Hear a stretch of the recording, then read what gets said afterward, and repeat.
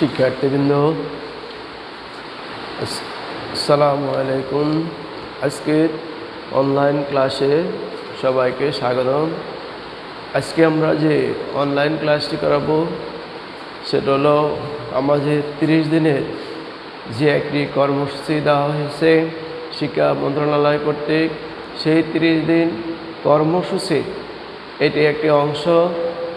আমি যে 30 দিন কর্মসূচি যে অংশগুলোতে যে সমস্যাগুলো দেওয়া ছিল অধিকাংশই শেষ করেছি।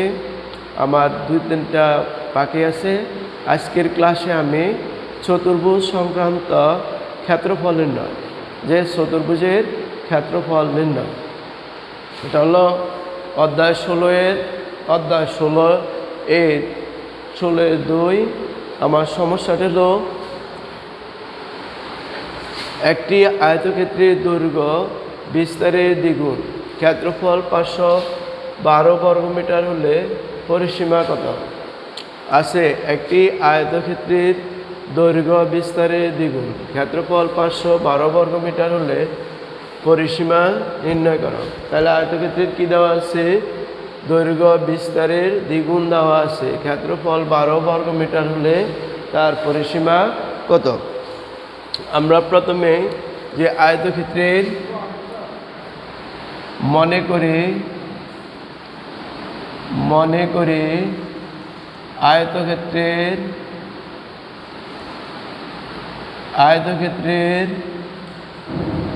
বিস্তার বা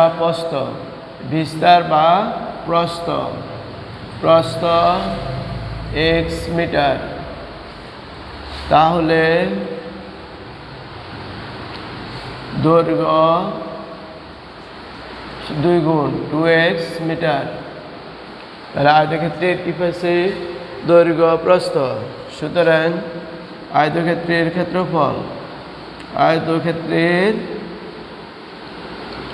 ক্ষেত্রফল আমরা জানি আয়তক্ষেত্রের ক্ষেত্রফল সমান দৈর্ঘ্য গুণ প্রস্থ। তাহলে 2x গুণ x বর্গ মিটার ইকুয়াল 2x স্কয়ার বর্গ মিটার। এখন দেওয়া আছে আয়তক্ষেত্রের ক্ষেত্রফল 512 বর্গ মিটার। তাহলে আমরা লিখতে পারবো শর্ত মতে 2x square equal 512, 2x square equal 512 বা x square equal 512/2 equal 256। x square equal কত? 256 বা x ইকুয়াল √256 ইকুয়াল 16। x এর মান আমরা পাইছি কত? 16। সুতরাং প্রস্থ 16 মিটার, দৈর্ঘ্য প্রস্থের দ্বিগুণ 16 গুণ 2 সমান 32 মিটার। আমরা আয়তক্ষেত্রের প্রস্থ আসছি কত মিটার? 32 মিটার। এখন আমরা আয়তক্ষেত্রের কি নির্ণয় করতে হবে? পরিসীমা। আয়তক্ষেত্রের পরিসীমা। তাহলে আয়তক্ষেত্রের পরিসীমা সমান কি? আয়তক্ষেত্রের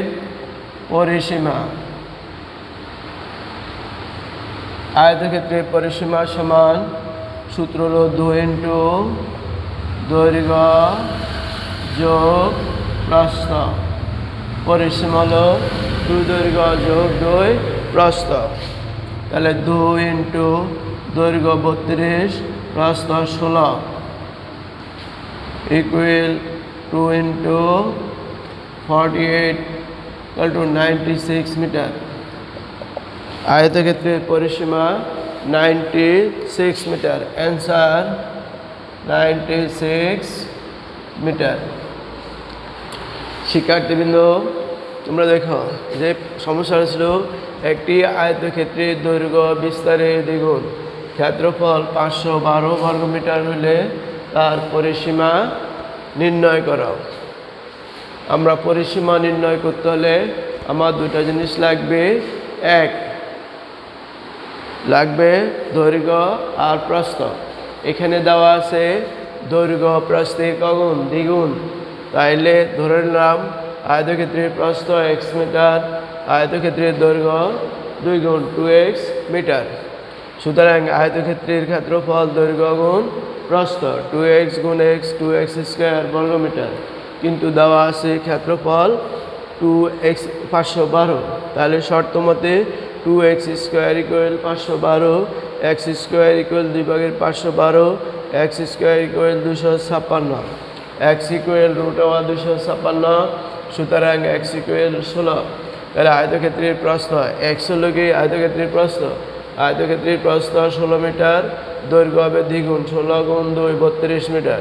আয়তক্ষেত্রের পরিসীমা নির্ণয় সূত্র 2 ইন্টু দৈর্ঘ্য যোগ প্রস্থ, 2 ইন্টু 32 যোগ 16 মিটার সমান 2 ইন্টু 48 সমান 96 মিটার। তাহলে আমরা পেলাম যে আয়তক্ষেত্রের ক্ষেত্রফল দেওয়া আছে, আমরা আয়তক্ষেত্রের কি নির্ণয় করলাম পরিসীমা। এবার আরেকটা সমস্যা দেখো,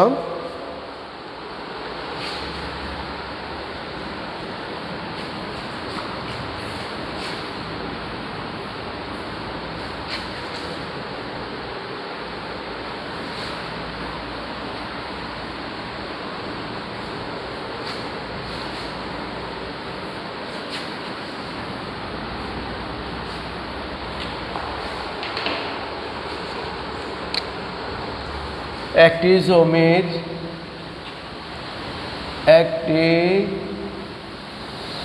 জমির দৈর্ঘ্য 80 মিটার, প্রস্থ 60 মিটার।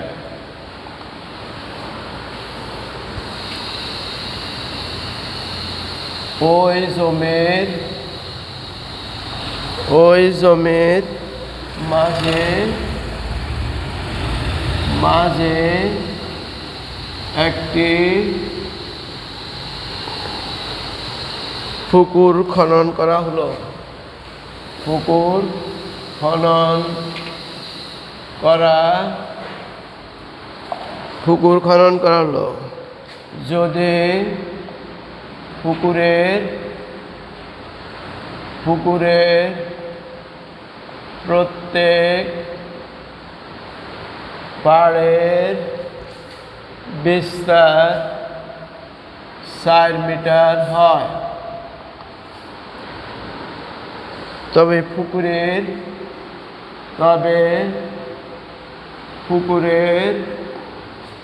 পাড়ের ক্ষেত্রফল নির্ণয় করো।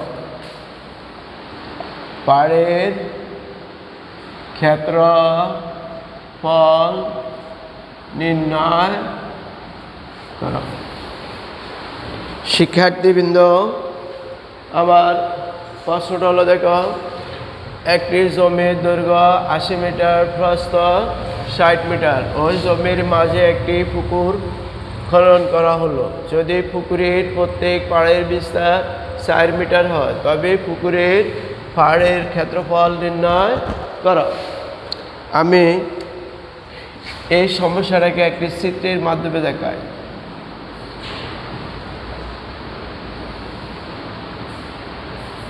এই হলো আয়তাকার জমি, এই হলো কি আয়তাকার জমি, যার দৈর্ঘ্য 80 মিটার, প্রস্থ 60 মিটার।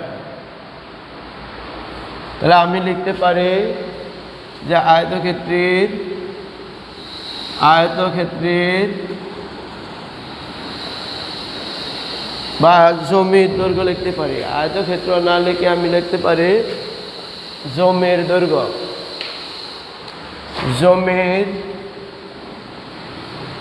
জমির দৈর্ঘ্য 80 মিটার, জমির প্রস্থ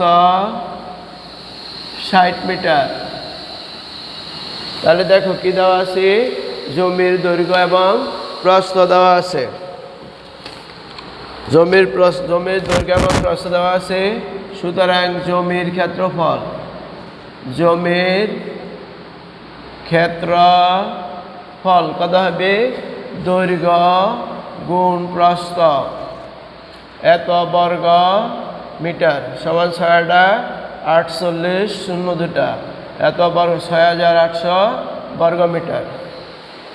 প্রথম সমস্যাটা গেল জমির ক্ষেত্রফল। এবার আসো এই জমির ভিতরে চতুর্দিকে 4 মিটার চড়া একটি রাস্তা আছে বা পাড় আছে পুকুরে। এই চতুর্দিকে এই পাড়টা হলো কত মিটার? 4 মিটার। এই পাড়টা কত মিটার? 4।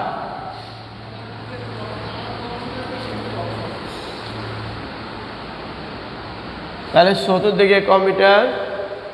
4 মিটার চড়া একটি পাড় আছে। এখন দেখো আমরা যদি পাড়ের ক্ষেত্রফল নির্ণয় করতে হয় তাহলে আমরা পাড় বাদ দিয়ে পুকুরের দৈর্ঘ্য প্রস্থ নির্ণয় করতে হবে। এ হলো পুকুরের দৈর্ঘ্য। তাহলে এইদিকে আমার পাড় কতটুকু বাদ গেছে? 4 মিটার। এইদিকে ক মিটার বাদ গেছে? 4 মিটার। এইদিকে 4 মিটার বাদ গেছে, এইদিকে ক মিটার বাদ গেছে? 4 মিটার। তাহলে আমরা লিখব পাড় বাদ পুকুরের দৈর্ঘ্য। পুকুরের দৈর্ঘ্য কত হবে? 80 বিয়োগ এইদিকে 4, এইদিকে 4 কমছে, তাহলে 4 গুণ 2 মিটার সমান 72 মিটার। এবার প্রস্থ অনুরূপভাবে এদিকে কমছে 2, এদিকে কমছে 2, তাহলে প্রস্থ এদিকে কত কমছে? 2 মিটার, আর এদিকেও 2 মিটার, 4 মিটার কমছে। তাহলে পাড়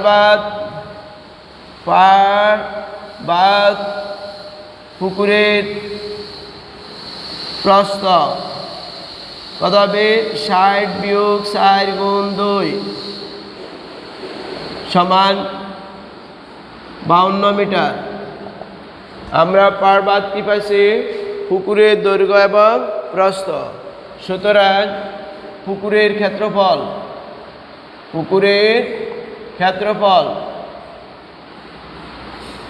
পুকুরের দৈর্ঘ্য গুণ প্রস্থ 72 গুণ 52 বর্গ মিটার। আমরা কি পাইছি? এবার পাড় বাদ পুকুরের ক্ষেত্রফল আমরা যদি গুণ করি আমরা পাবো 37 44 বর্গমিটার, 3744 বর্গমিটার। এই 3744 বর্গমিটার হলো কার ক্ষেত্রফল? এই পুকুরের ক্ষেত্রফল। আর জমির ক্ষেত্রফল হলো কত? 4800 বর্গমিটার। তাহলে আমরা জমির ক্ষেত্রফল থেকে যদি পুকুরের ক্ষেত্রফল বাদ দিই তাহলে অবশিষ্ট থাকবে আমার কার ক্ষেত্রফল? অবশিষ্ট থাকবে পাড়ের ক্ষেত্রফল। আমি লিখব সুতরাং পাড়ের ক্ষেত্রফল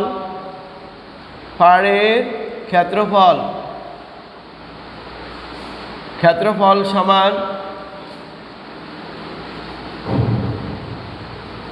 পাড়ের ক্ষেত্রফল সমান জমির ক্ষেত্রফল বিয়োগ পুকুরের ক্ষেত্রফল। তাহলে অবশিষ্ট যা থাকবে তা হলো কার ক্ষেত্রফল? পাড়ের। 6501 এত বর্গ মিটার। অ্যান্সার 1056 বর্গ মিটার। শিক্ষার্থীবৃন্দ, আমরা কি দেওয়া ছিল? দেওয়া আছে একটি জমির দৈর্ঘ্য 80 মিটার, প্রস্থ 60 মিটার। ওই জমির মাঝে একটি পুকুর খনন করা হলো। যদি পুকুরের প্রত্যেক পাড়ের বিস্তার 4 মিটার হয় তবে পুকুরের পাড়ের ক্ষেত্রফল নির্ণয় করো। কার ক্ষেত্রফল? পাড়ের ক্ষেত্রফল নির্ণয় করতে বলা হয়েছে। এখন দেখো আমি চিত্রের মধ্যে দেখালাম এইটি একটি বর্গাকার জমি, আয়তাকার একটি জমি যার দৈর্ঘ্য হলো 80 মিটার, প্রস্থ 60 মিটার। তাহলে এই জমির ক্ষেত্রফল হবে দৈর্ঘ্য গুণ প্রস্থ সমান জমির ক্ষেত্রফল। এরপর এর মাঝে 4 মিটার চওড়া, চতুর্দিকে 4 মিটার চওড়া একটি রাস্তা আছে। তাহলে পাড় আছে, এখন পাড়টা বাদ দিলে বাকিটা কি থাকবে? পুকুর। তাহলে এর থেকে এ পর্যন্ত হলো 80 মিটার জমির দৈর্ঘ্য। এইদিকে পাড় 4 মিটার, এইদিকে পার 4 মিটার।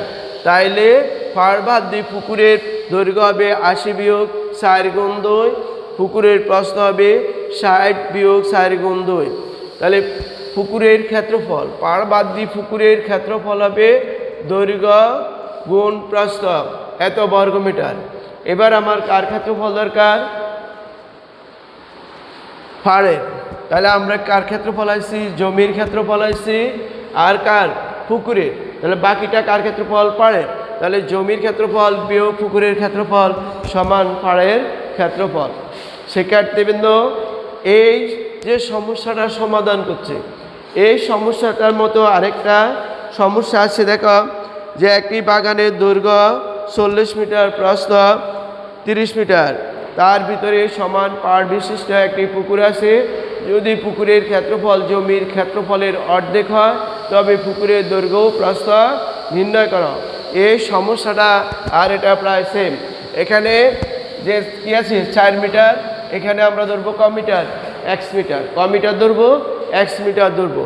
তাহলে x মিটার ধরলে এদিকে x, এদিকে x বাদ যাবে। 40 বিয়োগ 2x, এদিকে হলো কত? 30 বিয়োগ 2x প্রস্থ। ক্ষেত্রফল, ক্ষেত্রফল পুকুরের কার সমান হবে? কার সমান হবে? জমির ক্ষেত্রফলের অর্ধেক।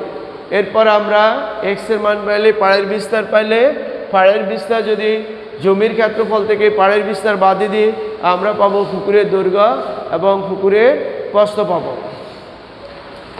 এবার আরেকটা সমস্যা দেখো।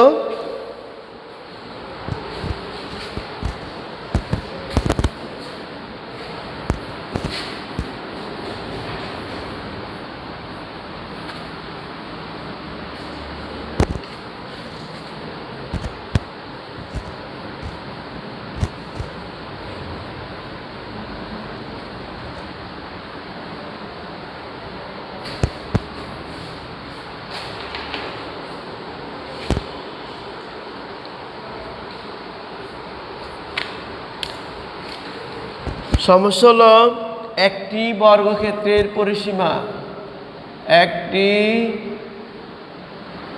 বর্গক্ষেত্রের পরিসীমা, পরিসীমা একটি আয়তক্ষেত্রের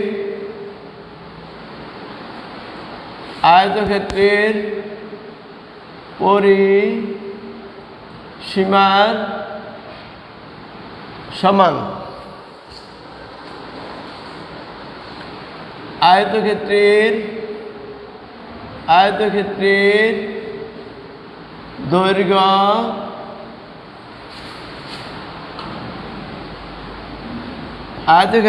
দৈর্ঘ্য প্রস্থের 3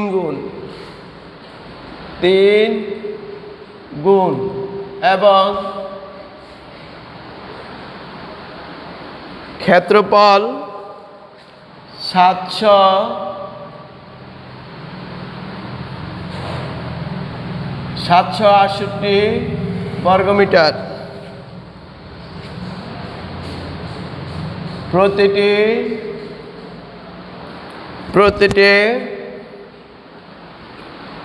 0.4 মিটার বর্গাকার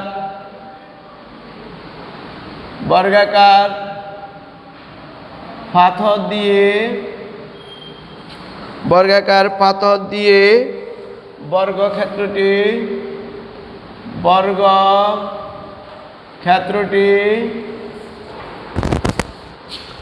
বাঁধতে কয়টি পাথর লাগবে? শিক্ষার্থীবৃন্দ, আমার প্রশ্ন হলো একটি বর্গক্ষেত্রের পরিসীমা একটি আয়তক্ষেত্রের পরিসীমার সমান। আয়তক্ষেত্রটির দৈর্ঘ্য প্রস্থে 3 গুণ, ক্ষেত্রফল 768 বর্গমিটার। প্রতি 0.4 মিটার বর্গাকার পাথর দিয়ে বর্গক্ষেত্রটি বাঁধতে কয়টি পাথর লাগবে। তাইলে আমরা নির্ণয় করতে হবে কি বর্গক্ষেত্রের ক্ষেত্রফল। কি নির্ণয় করতে হবে বর্গক্ষেত্রের ক্ষেত্রফল।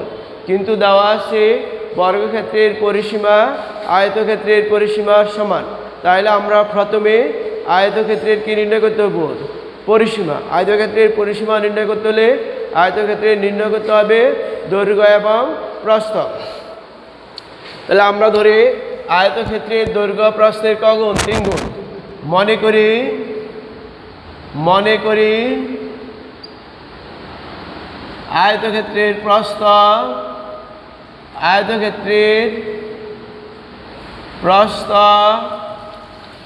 x metre. আয়তক্ষেত্র তাহলে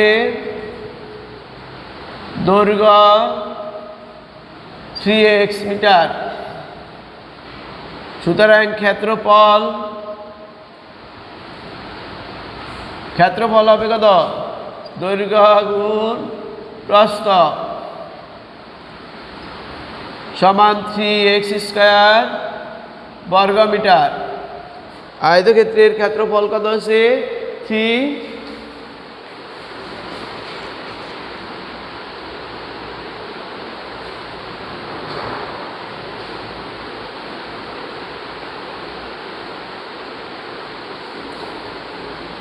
আয়তক্ষেত্রের ক্ষেত্রফল 3x স্কয়ার বর্গ মিটার। শর্ত মতে 3x স্কয়ার ইকুয়াল 768 বা x স্কয়ার ইকুয়াল 3/678 ভাগ করলে 3 দুগুণে 6 1 3 5 15 3 6 18 x স্কয়ার ইকুয়াল 6 বা x equal root 2/6 equal 16। x equal কত পাইছে 16। সুতরাং আয়তক্ষেত্রের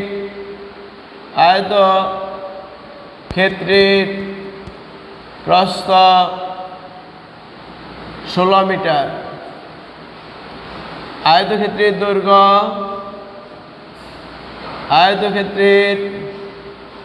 দৈর্ঘ্য প্রস্থের 3 গুণ। 16 গুণ 3 3 16 48 মিটার। সুতরাং আয়তক্ষেত্রের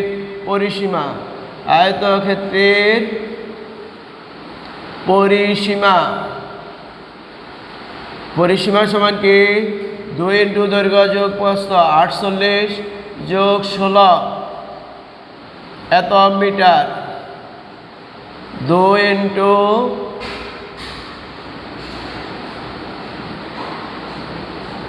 66 সমান 128 মিটার। আয়তক্ষেত্রের পরিসীমা আমরা কত পাইছি 128 মিটার। শর্ত মতে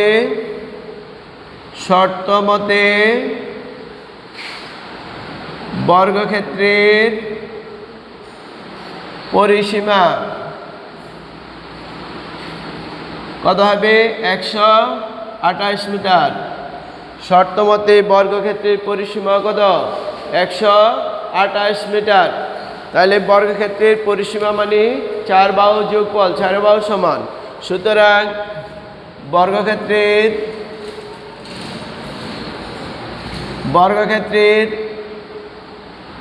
এক বাহুর দৈর্ঘ্য কত হবে 128 ভাগ 4 এত মিটার সমান 32 মিটার। সুতরাং বর্গক্ষেত্রের ক্ষেত্রফল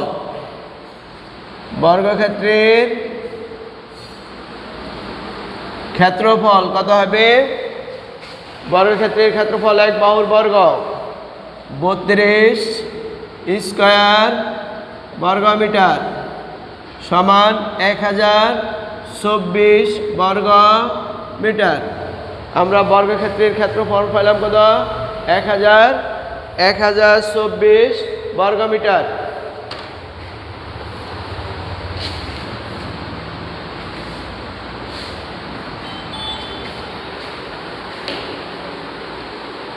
বর্গক্ষেত্রের ক্ষেত্রফল আমরা কত পাইছি 32, বর্গক্ষেত্রের এক বাহু দৈর্ঘ্য আছে 32 মিটার।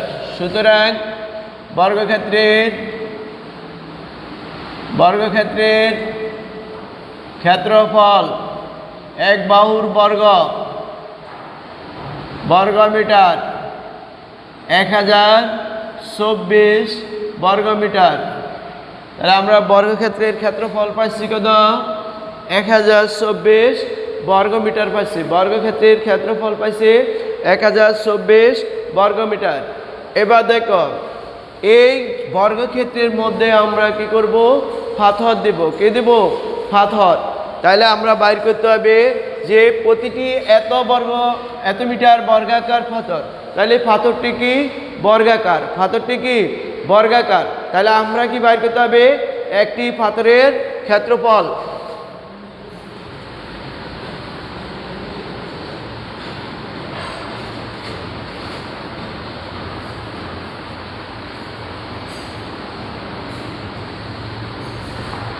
যেহেতু পাথরটি বর্গাকার সুতরাং একটি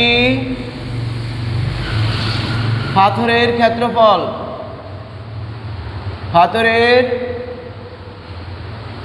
ক্ষেত্রফল কত হবে 0.4 ইন্টু 0.4 বর্গ মিটার সমান 0.416 0.16 বর্গ মিটার। এবার আমরা বর্গক্ষেত্রের ক্ষেত্রফলে যদি একটি পাথরের ক্ষেত্রফল দিয়ে আমরা ভাগ করি তাহলে আমরা পাবো পাথরের সংখ্যা। সুতরাং পাথর লাগবে বর্গক্ষেত্রের ক্ষেত্রফল বা একটি পাথরের ক্ষেত্রফল।